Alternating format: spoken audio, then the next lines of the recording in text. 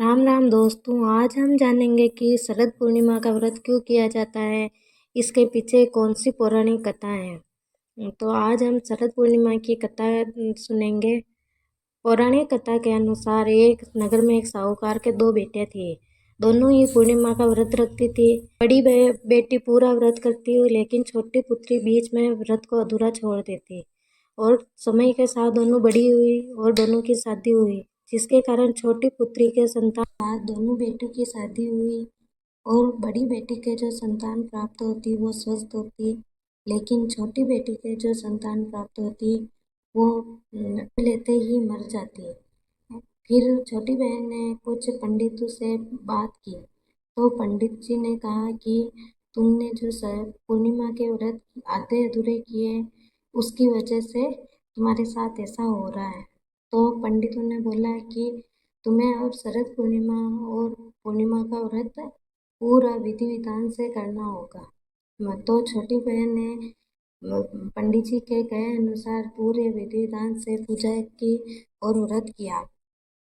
तो पंडित जी के कहे अनुसार उसने पूजा की और व्रत किया, तो उसे एक स्वस्थ पुत्र की प्राप्ति हुई, लेकिन वो कुछ समय बाद मर गया। उसने उस बच्चे को एक पाटे पे सुलाया और उस पर कपड़ा ढकाकर बड़ी बहन को लेने चली गई और बड़ी बहन को अपने साथ लेके आई। तो बड़ी बहन को उसी पाटे पे बिठाने लगी जहाँ पर उसने अपने बेटे को सुला रखा था।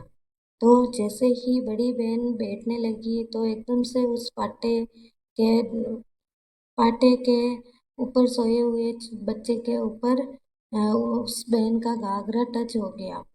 तो जैसे ही उसका घाघरा टच हुआ और वो बच्चा जीवित हो गया। तो बड़ी बहन ने बोला कि तो क्यों रे, तू मुझ पर कलंक लगाना चाहती थी, कहीं तेरा बेटा मर जाता तो छोटी बहन रोने लगी और बोली कि ये तो पहले से मरा हुआ था, लेकिन तेरे पुण्य और तेरे व्रत, लेकिन तेरे पुण्य से जीवित हो गया। फिर दोनों राजा के पास गई और पूरे नगर में ढिंढोरा पिटवाया कि कभी भी कोई व्रत करो, पूजा करो, तो उसे बीच में अधूरी नहीं छोड़नी चाहिए, उसे खंडित नहीं करनी चाहिए, पूरे विधि विधान से करना चाहिए। इस वजह से शरद। धन्यवाद। और चैनल को लाइक और सब्सक्राइब करना ना भूलें।